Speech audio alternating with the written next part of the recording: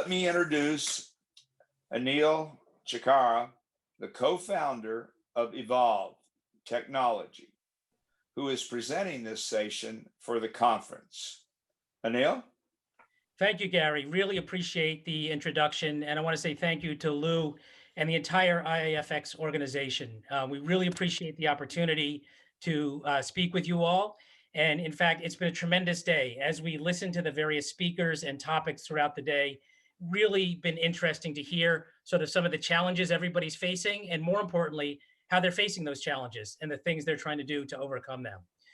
We want to take just a few minutes to talk about Evolve Technology and what we're doing and how we're trying to improve the fan safety and the fan experience in different venues around the world, and then turn it over to Russ to talk a little bit more. So first of all, my name is Anil Chikara. I'm a founder of Evolve Technology. We started the company for some very important reasons. So in my case, I was at the Boston Marathon on April 15th of 2013. I was there with my kids, waiting for my wife to come over the finish line. And as we all know, that was a day that we'll never forget. She came over the finish line. We left. 45 minutes later, the first bomb went off. And having something like that happen in my hometown, so close to me, really made me think about what we wanted to do and how can we make this world a safer place. So we started Evolve to do that. We talked to 400 different people, just like each of you, people that run venues, people that run security, people that are responsible for keeping fans safe as they enter those specific venues. And we asked them 3 questions. What are you trying to protect the fans from? What threats? Secondly, how are you doing it today? And finally, ideally, how would you like to do it in the future? And what we heard was there's a lot of traditional technology that's being used and was certainly deployed after the Boston Marathon bombing in many different venues, sports arenas and sports stadiums out there, but it wasn't what people wanted. People wanted a much more free-flowing, frictionless way to let people come in. And so what they really wanted was having everybody come right through and be screened and only identify those few people that might pose a threat, that might have a threat or a weapon on them. And so we set about building technology and building a product that can do that. And now, a number of years later, that's where we are. So we've built the Evolve Express system, which allows thousands of people to walk through, and very quickly and easily, it'll automatically identify those people that might have a weapon concealed on their body or in a bag. Certainly, as we've seen the recent COVID times, things have changed. It was about getting a lot of people in very, very quickly when they wanted to get into their seats before the game or the event started. Now, with COVID, we've seen a pivot. We've seen it focused on touchless.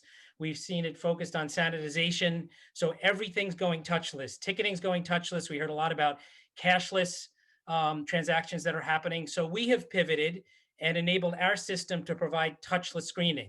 So people walk right through. There's no line that builds up. So there's no need to be close to other fans and potentially risk a COVID virus infection. You walk right through. The security staff does not need to go near you. They don't have to touch your bags. You walk right through and in you go. So it's a fully touchless experience from entering the venue, passing through security, and moving in. As we were listening to some of the discussions earlier today from Matt Castle and Jack Hogan, very interesting to hear that theme come through. So Matt was talking about a lot of the enduring changes we're seeing in the COVID environment that are going to carry through in 2021 and 2022. And in Jack's discussion, he was talking about the people that are now essentially asking for touchless screening. We've just finished a poll we did of about 1,500 consumers across the United States with the Harris organization, and we asked a lot of those questions. What do you demand of these venues as they come in?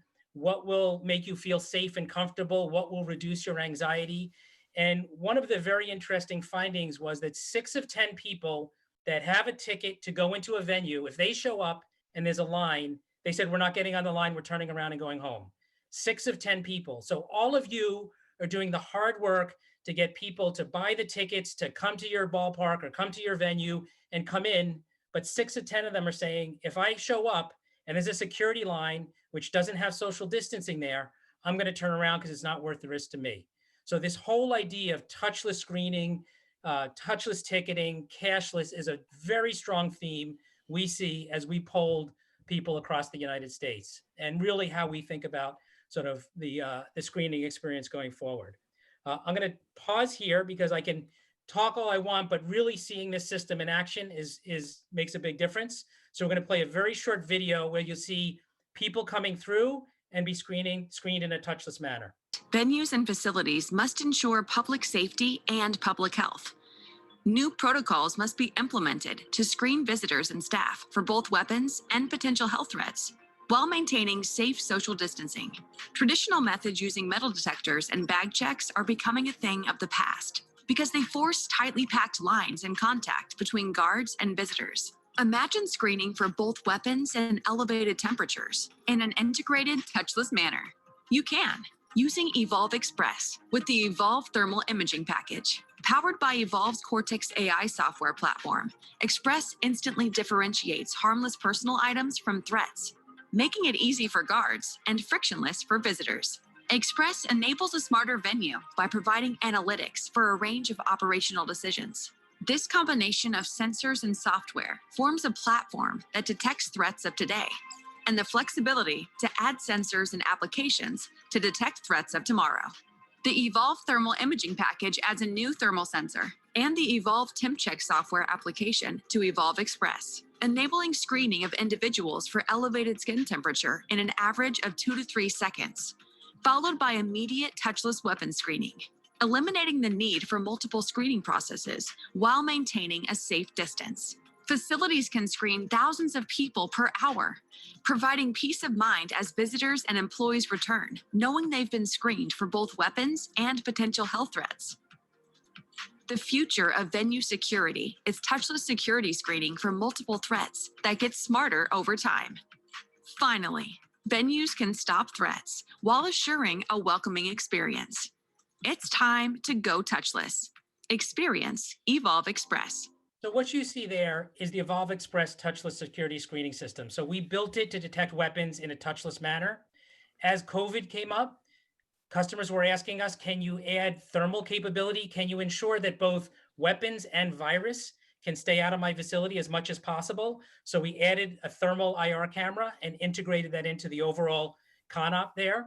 And so they have the ability to detect weapons, and they have the ability to detect elevated body temperature, which may be an indicator of the virus. So that digital threshold is something that we've built. And in the last 6 months, we've had many conversations and deployed many units in locations that are trying to reopen. So basically, they've come to us and said, we cannot reopen in the same high touch way, manual bag checks, high touch metal detection capability. We need to have a more touchless, more seamless, more frictionless way to reopen. And that's what we're providing out there. Thank you for your time. And more importantly, thank you for all the work you're doing to keep your visitors safe and enjoyable and getting them back into the venues. Thank you, Anil, and thank you for an informative presentation. Please visit Evolv Technology booth in the exhibition area. You can set up meetings and chat with the Evolv Technology representative at the booth. So please make sure you stop by and say hi to them. Now, we will hear from a most distinguished and accomplished executive from the sports and entertainment industry, Russ Simons, the Chief Listening Officer and Managing Partner of Venue Solutions, LLC. Russ has had an extraordinary year under this most daunting of circumstances. Imagine opening a new professional sports stadium in this pandemic year and making it seem effortless. Russ is going to discuss ways to build fan confidence and meet fan expectations as live sports and entertainment events resume. Russ? All right. Well, thank you, Gary. Good afternoon to everybody, and I hope that this finds you safe and well. I am calling you, or I am talking to you from SoFi Stadium here in Inglewood, California.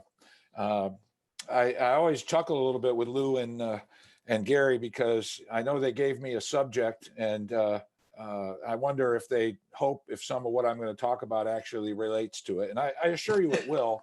But as in most examples of this, for those who know me and the rest of you who will get used to me, I tend to take things in a direction that I think is most important, but hopefully tie it back together, perhaps with a little bit of irreverence by the time that we're done together today.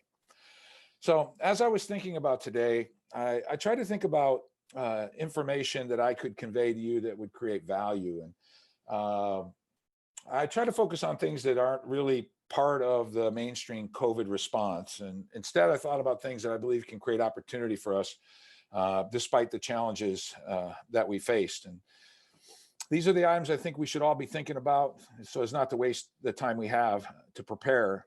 And with most things COVID, the more we try and understand, the less we appear to know. I'll also share with you that this virtual environment does not play to my strengths.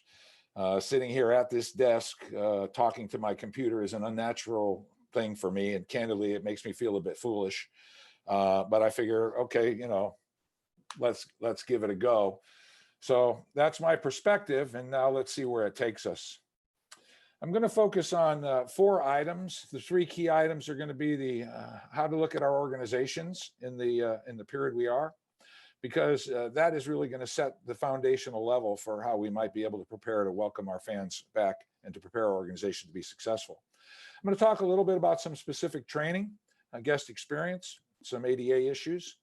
I'm going to talk a little bit about avoiding arrogance, and I will touch on a little bit about working with authorities. And I know that for everyone who's participating around the world, we all have authorities that we're responsible to, and there are some identifiable characteristics about them that I think we can share and use to prepare. So I want to begin with what you were. What were you before, let's say, March 11th or earlier in Europe and Australasia? And what you were as an organization has to be considered at every level, beginning with governance. Here in the US, it's public building authorities and sports authorities and all manners of boards and commissions.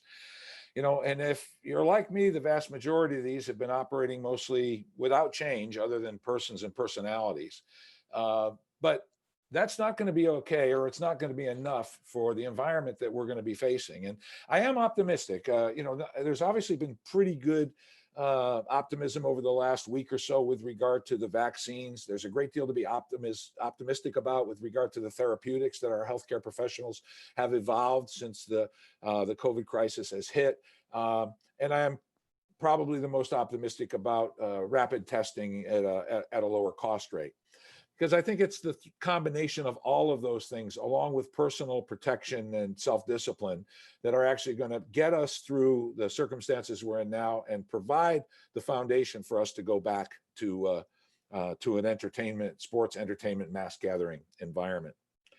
With regard to considering your organizations, this applies to senior leadership, departments, and individual staff members. In this slide, you see organizations evolve for convenience. This is the foundational idea of mine that has developed over my many years in the sports and entertainment industry. And it's for convenience and not through the thoughtful adaptation to the changing nature of the business. And there is some insight that you can gain in terms of how organizations have handled previous disruptions, like the introduction of technology and the rapidly changing nature of technology into our business, the required capital investments rather, not only into infrastructure, but unique and specialized skill sets. And also the unfortunate circumstances around natural occurrences and civic challenges are all things that create disruptions to our day-to-day business. And how your organization and how the departments and people in your organization have reacted to those disruptions are going to be pretty good barriers or barometrics to regard to how your organization is going to be able to manage what happens when we come out of COVID.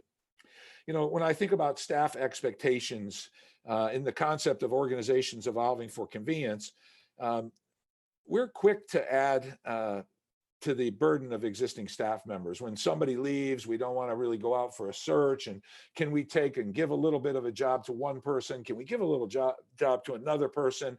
Before we know it, we've sort of mishmashed our organization, and we've got people out of their lanes, and we have people that have perhaps not the right or best skill sets in terms of how how to take the organization forward. And we need to be aware of the fact that people's skills and their capability to provide service to us is a zero-sum game. And if we add more to them, then there is some part of what they're doing every day that's not going to be carried forward. And there are consequences, and the enterprise is likely going to suffer from some of those decisions. And when you mishmash an organization together like that over a period of time, when we get to a disruptive type of event, things become unrecognizable. It's not clear who's responsible. It's not clear who should take what action. And so what I'm suggesting to you is that it's really important to be able to take this period of time that we're in right now and step back and strategically look at what were we doing before this pandemic hit, and how have things evolved? And when we prepare to come back, what are we going to need? Do we want to just, and I hear some people talk about this, I can't wait till we get back to normal. Well, yesterday's normal isn't going to exist anymore. And I wish I was smart enough to be able to give you true insight into the new normal. All I can tell you is that we need to react each and every day. We need to have a broad and global viewpoint. I spend time looking at Australasia and Europe and Australia, and I'm looking for any kinds of key insights as those geographical areas have gone through the pandemic at a different rate, at a different pace, and a different speed, because ultimately those are all test grounds for what's going to occur for me here in the US. So, and I also share with you on a personal note, as this started to take hold, and Gary was kind in talking about opening the new SoFi Stadium here in Los Angeles, that in and of itself is a monumental prospect. But in addition to that, I actually volunteered to lead the International Association of Venue Managers COVID-19 response, which meant organizing working groups and getting people pulling in the same direction and trying to keep pace with the changing nature of information. And I wasn't surprised by the fact that information changed. Everybody was doing the best they could with the information that they had. But I also quickly realized, as I mentioned earlier in this talk, that there were consequences to taking on that kind of workload, and that other parts of my responsibilities were suffering. And so I really looked both within my organization and within the industry to try to identify young leaders who had the energy and enthusiasm and had proven themselves as being capable to take on parts of what we were trying to accomplish. It's gone even further in my own organization now, and we are under a wide variety of COVID compliance and guidelines through the Los Angeles County Department of Public Health. I didn't want to just put that on some of the people in my own organization because they had their own roles and responsibilities. And so I actually developed a COVID position so that somebody was paying attention. They were waking up in the morning and they were going to sleep at night thinking about COVID.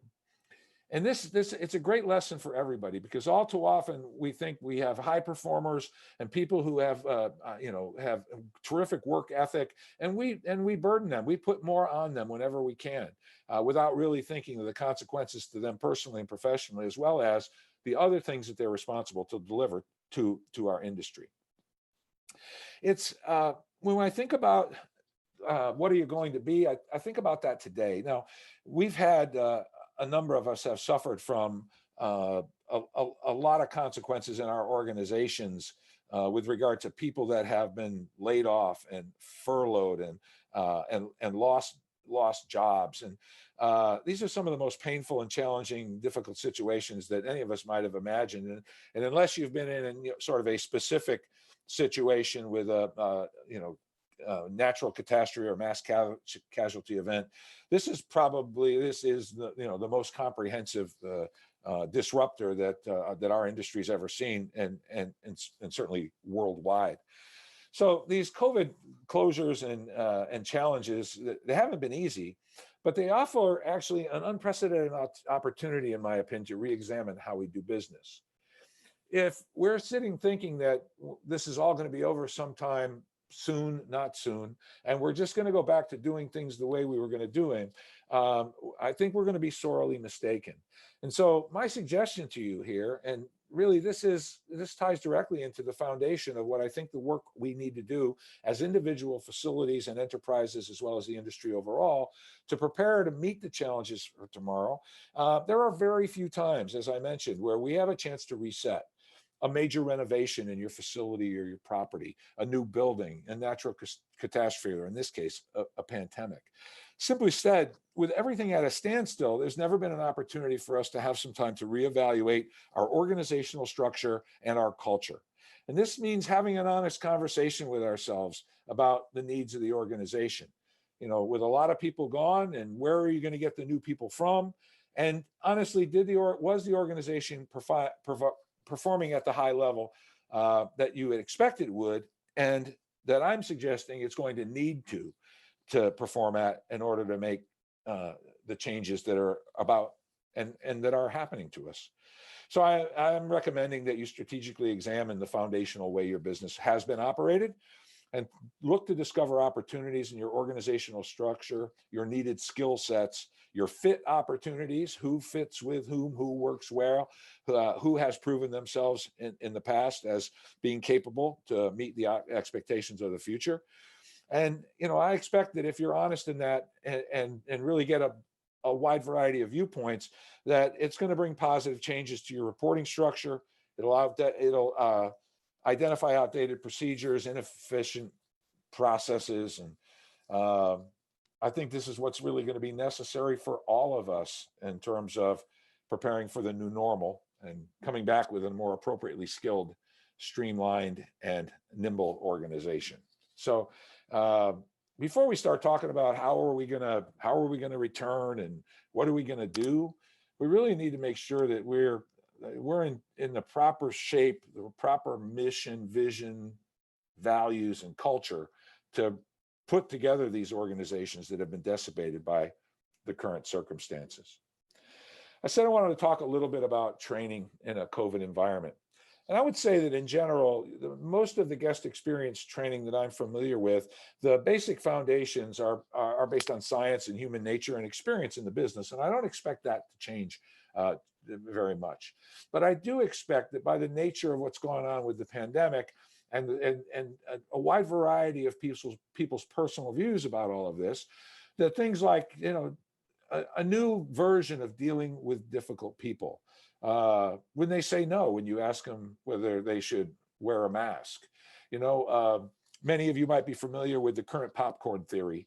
In the public assembly facilities that here in the US, using the NFL as a good example right now, there are, I think, 21 facilities that are currently hosting fans.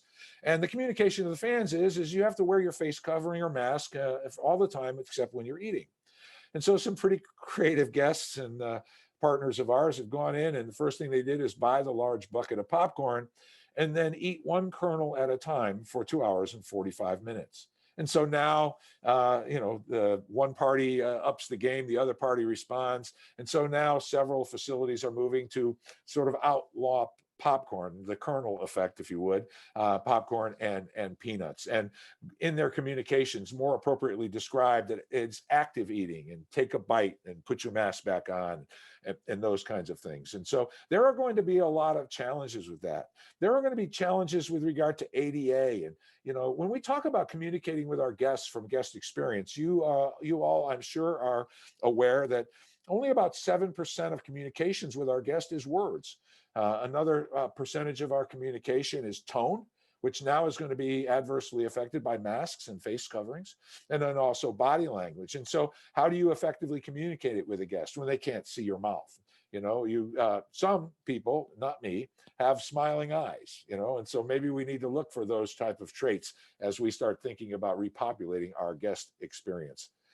Overall, I don't think anybody can predict what the new ADA issues are going to be, but they have to do with, you know, we're going to have maybe different capacities, and we're going to have to do social distancing within our ADA platforms and designated areas. And are we going to be able to have enough ADA seating? We're going to have increased queue lines, which is going to have impositions on our concourses and fans' paths of travel. We're going to have to look for alternatives to floor decals and how do we handle some of this communication issues with regard to people with low vision or blindness? And I know that it's been mentioned that you've had a lot of contactless conversations today. How is that going to manifest itself in an ADA environment? And so all of that is just to hopefully pique your interest. And we should be paying attention, not just in public assembly facilities, sports and entertainment for leadership, but really looking at, offices and commercial real estate and hospitals and all of these other environments that are being activated on a 24/7 basis right now around the world, to see how they are reacting with these same things, because there's an opportunity for us to learn from them as well as each other. So avoiding arrogance, when you first see that, you'd be like, wait a second, who's arrogant? Who is he talking about? So I'm kind of talking about all of us, and I'm including myself in that a little bit. And the first part about avoiding arrogance has to do with cleaning and sanitization. If we're to have an honest conversation industry-wide, have our buildings been as clean as they should or could have been? Now, your response to that might be a hearty yes. Many of you will argue that within the constraints of the resources you have, that your building's being as clean as it possibly could be. And I'm not going to argue that with you, but I am going to say that what we're about to experience is a level of expectation with regard to cleaning and sanitation that is going to parallel what we saw post 9/11 with regard to security. And I think that we have to think about this differently. We have to know now where, as an industry, we used to pick specific uniforms that made our cleaning people disappear. We didn't want them to be noticed in what they were doing. And the same thing is, as I relate back, because I think the parallels here to security are very good. Now, when we went to security, we went to look for an opportunity where there was visible and obvious evidence that we had people in the building and that they were doing their job, and that our fans could come in and have quiet enjoyment because someone else, our staff and us, were paying attention to their care. Well, I think we're going to have to bring cleaning and sanitization out of sort of the back room or out of the shadows, because our guests are going to expect it. And it's a little bit counterintuitive, because the current science tells us that fomite, or surface contact, is not a material way that people are getting contracting the virus. But it is set in our minds, and it has been hammered in regardless of the culture, regardless of the geographical location, and everybody is going to be paying attention to that. So their phones are going to be up. They're up for everything we do, and you can expect that you either prepare to clean and sanitize your building in a manner that's going to meet your expectations, or you're going to suffer the consequences at the box office and in your institutional reputation. The other piece about avoiding arrogance is that at the very beginning of this problem, this issue, this challenge, many of the conversations that I participated with, and some of these were around the world, was, this will be over in some point, and we'll get back to normal, and we'll open our doors, and we'll start to get revenue again, and it's going to be great. And I think we were arrogant about that. In fact, I know we were. We can't have been beating the daylights out of everybody for over 8 months with regard to COVID and the consequences of COVID, and certainly the circumstances that we find ourselves in worldwide right now with the rising rate, and think that magically we're going to open our doors and everybody's going to be okay with that. To my knowledge, I don't know of anybody right now that is actually at capacity for their available seats. And that just tells us that we can't be arrogant about how we go forward with that. We're going to have to be really thinking about communication. We're going to be thinking about how is it that and what is it we're going to do to influence this psychological leap that our guests are going to have to make to come back to a mass gathering environment. The first place to start with that is our employees and our staff. Can we bring them back, and can we help them feel safe? Can we do all those things? Because if we can't do it with our staff, we're never going to be successful with our customers. And how do we communicate, and the amount of communication we do? I think it's going to be I think it's going to be an extraordinary, it's going to be extraordinary in terms of how the amount of work we're going to have to do. Within the resources, you can't count on any resources than you had already, because many of those are going to be reallocated to different areas like cleaning and sanitation and people movement, along with less revenue at the very beginning until we get the confluence of testing and vaccine and confidence in the public. These are real challenges that we're going to be facing as an industry. And so I go back that the combination of these factors makes it more important right now, the gift of the time that we have right now in terms of deciding how to prepare and learning from each other in terms of how we take it forward. The last thing I want to talk about before I go to just a few photos and some commentary is just working with authorities. And no matter where you're from around the world, we all are responsible to authorities. And I've worked with a number of groups that just took the position like, well, don't they understand, what we do or how important we are? And it was uncomfortable in some cases to be able to say, well, no, because you're not that important in the context of the fact that they are trying to manage this pandemic throughout every phase of entire communities. And so my advice in working with authorities is the same advice that I've been giving to many members of this group for years. You don't want to meet your first responders in the middle of an emergency. The conversation will deteriorate quickly. And the same thing goes here. If it's public health authorities, if it's state or regional or local authorities that are going to have impact on your facility and your ability to prepare to go forward, the time to actually start to work with those folks is now and find ways to actually create value for them. Which it could include hosting meetings. It could include everything that you could possibly do to become someone who is going to be a resource for them versus someone who's going to be a problem. In addition, you might need someone who speaks their language. All too often, a lack of communication and a lack of understanding is probably 92% of all of our problems.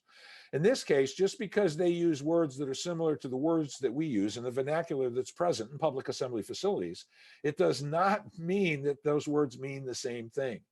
And so we have to take a breath and we have to make sure that we get some help and understand clearly and ask questions so that we don't go forward with our best intentions and yet not meet the expectations of those authorities.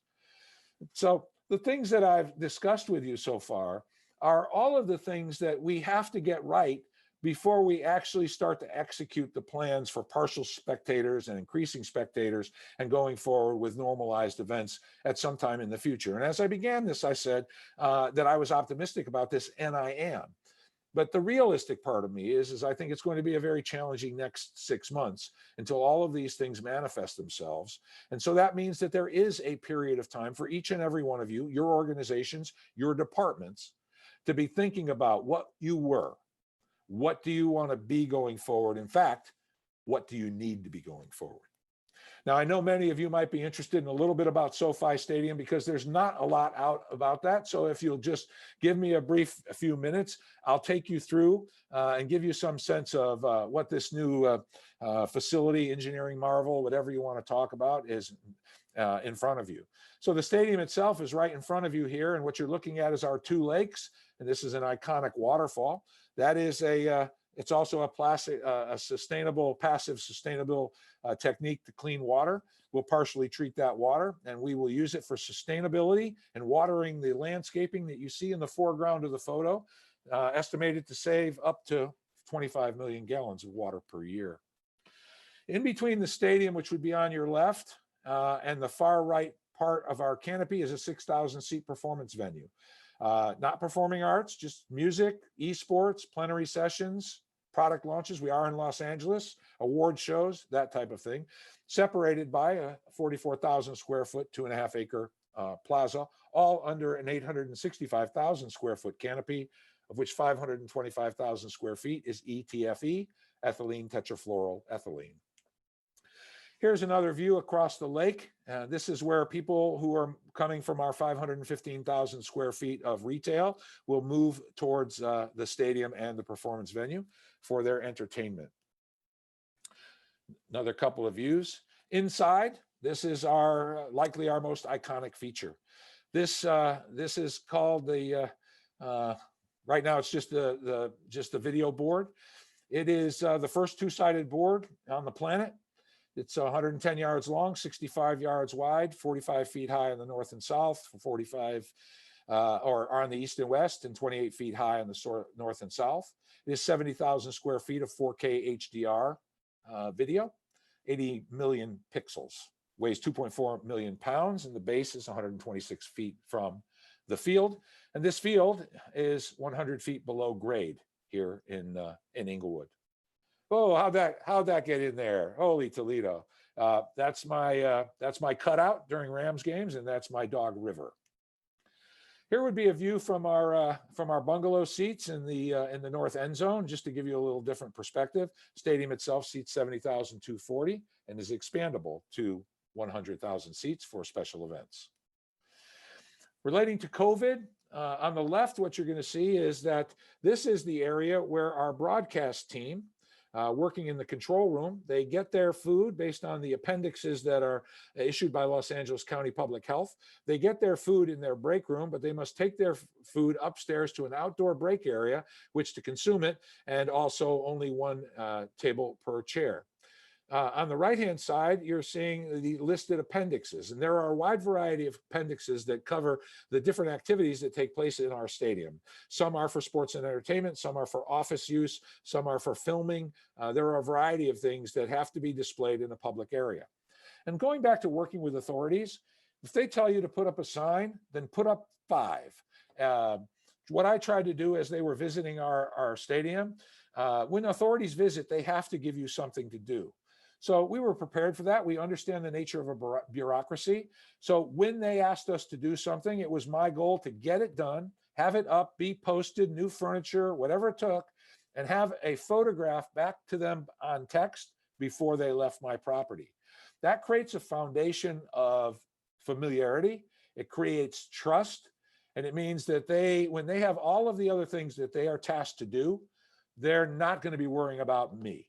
And this is a great piece of advice for you in terms of, instead of battling the vernacular of your authority, find a way to check your medication and work hand in hand in a collaborative method. This is our press box, a couple of pictures of that. Again, they had to have one chair per table. They didn't ask for this, but I went ahead and made the sticker just so that we could do that little something extra. Everything they've asked us to do, I tried to do at least a little something more that showed A, that we were listening, but B, that we were committed to meeting not only the letter of the law, but the spirit of the law. Again, in a purposeful and deliberate effort to create confidence in working with them. Within the actual press box itself, the press box is 9,800 square feet and seats 300.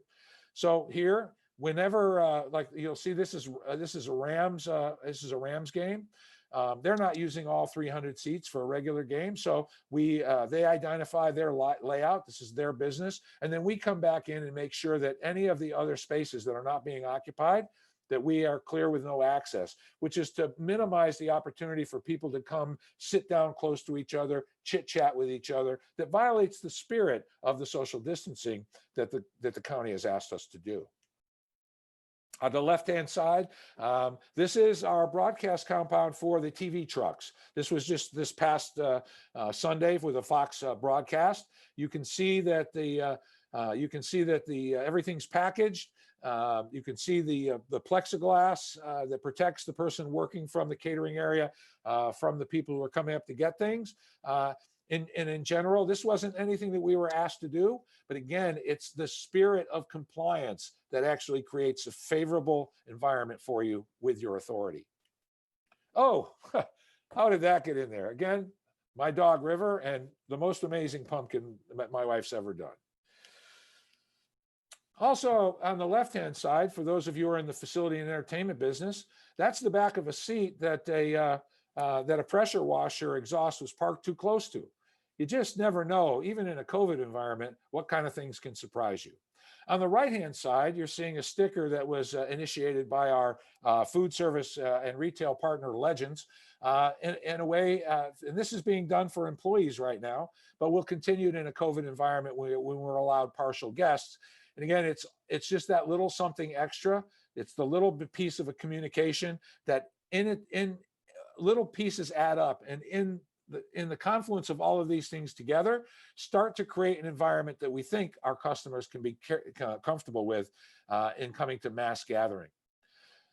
These two people are just two people I saw on airplanes recently. And I don't know if the bathrobe thing or blanket thing is a COVID thing, but I'm advising you all just to be on the lookout for it.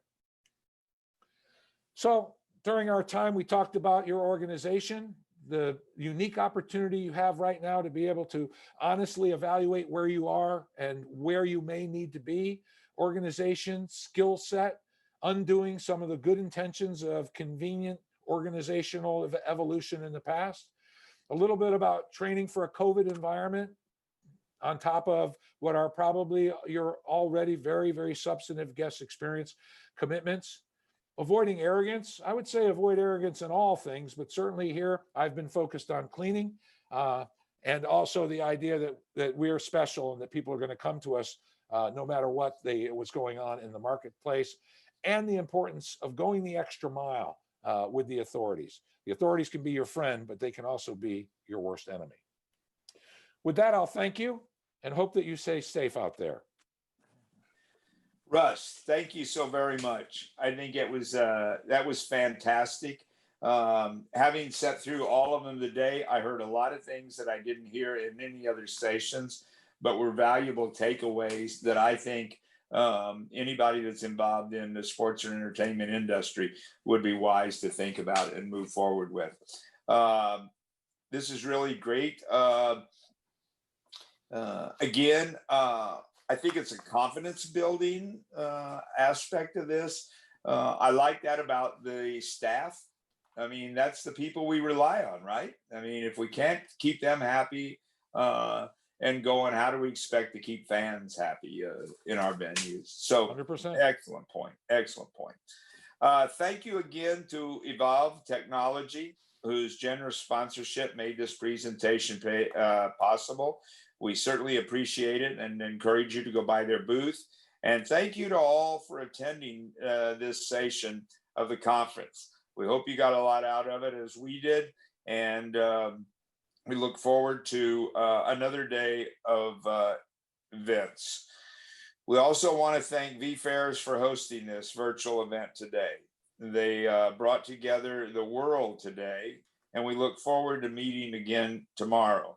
Please take time to visit our sponsors and our exhibitors at their booths in our exhibit area. Make sure to fill your digital swag bag with their offerings. And you can also schedule meetings with their representatives to learn more about their products or services.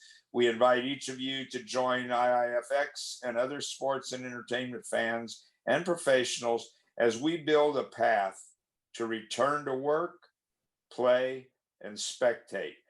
You can find more information about our activities and programming at iifx.org. And we look forward to seeing you back tomorrow as we focus more on the future so that we can return to work, play, and spectate in 2021 and beyond. Our doors will open again tomorrow at 0800 Central Time, UTC 6 hours. So I hope everybody has a wonderful evening. Thanks again, Russ, for your lively information. And I look forward to seeing you all tomorrow.